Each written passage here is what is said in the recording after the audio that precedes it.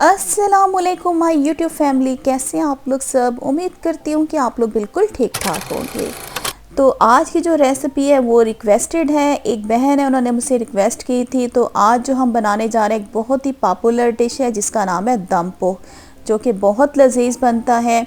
तो नाम से ही आप लोगों ने अंदाज़ा लगा लिया होगा, क्योंकि ये जो डिश है ये दम पे बन के रेडी होती है। तो चलें जी, रेसिपी को स्टार्ट करते हैं। तो सारे इंग्रेडिएंट्स जो हैं मैंने रेडी करके रख दिए हैं। दम पोह बनाने के लिए जो जो चीज़ें चाहिए होंगी वो आप नोट कर लें। 3 टमाटर ले लिए थे, ये बड़े साइज़ के थे, इनको मैंने सेंटर से इस तरीके से कट कर लिया। इसके बाद ये हमारे पास आलू हैं, ये जी छोटे साइज़ के आलू हैं, और ये मैं साबित आलू ले रही हूँ क्योंकि छोटे हैं। तकरीबन 4 आलू ले लिए। अगर आपके पास बड़े आलू हैं तो आलू को फिर आपने 2 हिस्सों में कट कर लेना होगा। तकरीबन 6 से 7 ये हरी मिर्चें हैं। हरी मिर्चें आजकल बड़ी तेज़ आई हुई हैं तो मैंने कम ली हैं। आप हरी मिर्चों की क्वांटिटी को बढ़ा भी सकते हैं।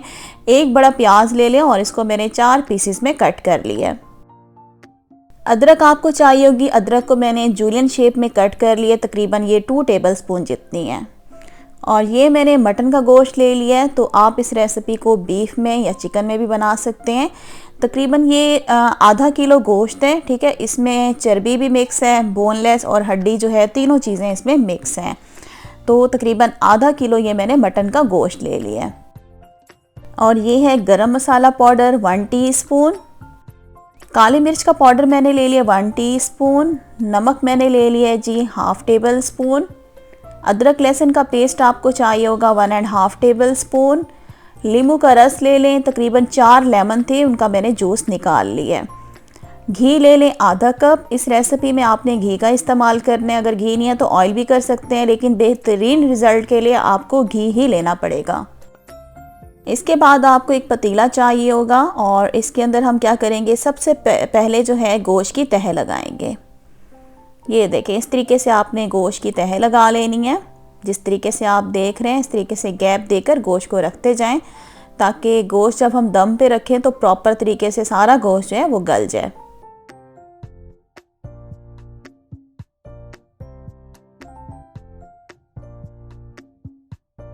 और अब क्या करेंगे, इसके ऊपर मैं घी डालूंगी। आधा घी मैं अभी डाल रही हूँ और आधा घी जो है वो मैं बाद में डालूंगी।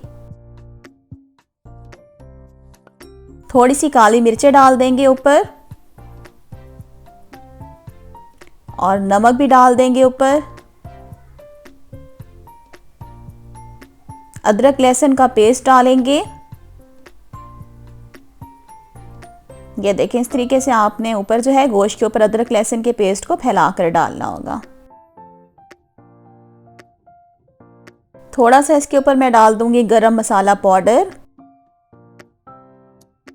अब इसके ऊपर हम आलू की तह लगा देंगे। मेरे पास छोटे आलू थे इसलिए मैंने इनको सेंटर से कट का निशान नहीं लगाया।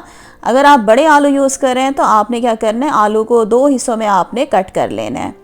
साथ ही इसके ऊपर हम लगा देंगे टमाटर की तह,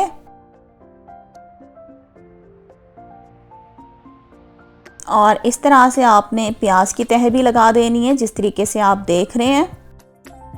अब इसके ऊपर जो है हम हरी मिर्चों की तह लगा देंगे। ये जो हरी मिर्चें मैं यूज़ कर रही हूँ काफ़ी ये तेज़ थी इसलिए मैं कम यूज़ कर रही हूँ। अगर आप ज़्यादा स्पाइसी खाना चाहते हैं तो हरी मिर्चें और मसालों की क्वांटिटी को बढ़ा सकते हैं। अदरक डाल देंगे इसके ऊपर कटी हुई। गरम मसाला मैं थोड़ा सा डाल रही हूँ, साथ ही इसके ऊपर मैं डाल दूँगी काली मिर्च का पाउडर और नमक भी डाल दूँगी ऊपर।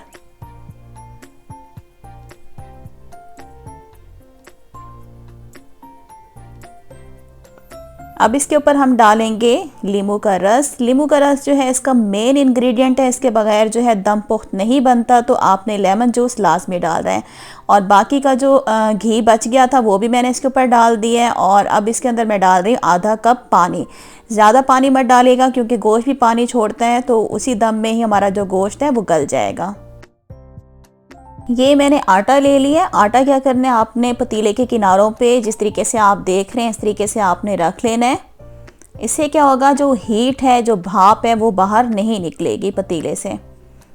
ये देखें, इस तरीके से आटा लगा लेंगे और जो पतीले की कैप है वो आपने इस तरीके से रख के हल्का सा इसको प्रेस कर दीजिएगा ताकि ढक्कन भी जो है आटे के साथ चिपक जाए।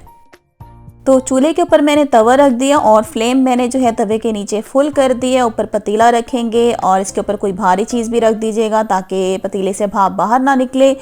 5 मिनट के लिए आपने फ्लेम को जो है वो हाई कर देना है और उसके बाद आपने बिल्कुल लो फ्लेम पे इसको इसी तरीके से हम छोड़ देंगे तकरीबन 2 घंटे के लिए।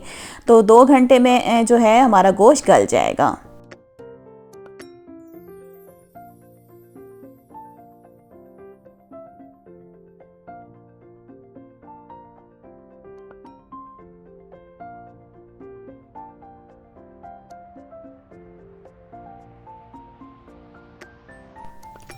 और ये देखिए माशाल्लाह से क्या ज़बरदस्त ये दम पुख्त बन के रेडी होता है और क्या ही खुशबू है इसकी फैली हुई है पूरे घर में। तो इसका जो गोश्त है, आलू, सारी चीज़ें जो हैं प्रॉपर तरीके से गल चुकी हैं। इसको जी मैं अब कर रही हूँ डिश आउट। इसको आप रोटी के साथ भी खा सकते हैं और जो ज़ीरे वाले राइस बनते हैं उसके साथ खाएं, बहुत मज़ा ये देते हैं। और ये देखिए जी साथ इसकी यखनी भी मैं इसके ऊपर डाल रही हूँ। इसकी यखनी भी बहुत लजीज बनती है। आप ऐसे भी इसको जो है रूखा भी खा सकते हैं। तो ज़रूर जी इस रेसिपी को एक बार ज़रूर ट्राई कीजिएगा, आपको ये रेसिपी बहुत ज़्यादा पसंद आएगी। तो उम्मीद करती हूँ आज की वीडियो अच्छी लगी होगी। वीडियो अच्छी लगी तो वीडियो को लाइक कर दीजिएगा। चैनल अगर आपने मेरा सब्सक्राइब नहीं किया, चैनल को सब्सक्राइब कर दें। बेल के आइकन को लाजमी प्रेस कर दीजिएगा नई वीडियो के नोटिफिकेशंस के लिए। तो इंशाल्लाह नई वीडियो के साथ मैं फिर आऊँगी। तब तक के लिए अल्लाह हाफिज़।